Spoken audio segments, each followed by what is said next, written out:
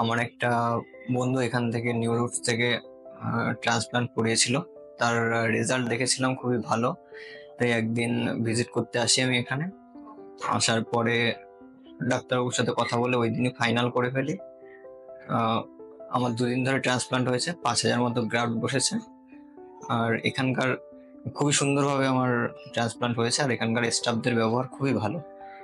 এখন দেখা যাক রেজাল্ট কেমন আসে, আশা করছি ভালো আসবে।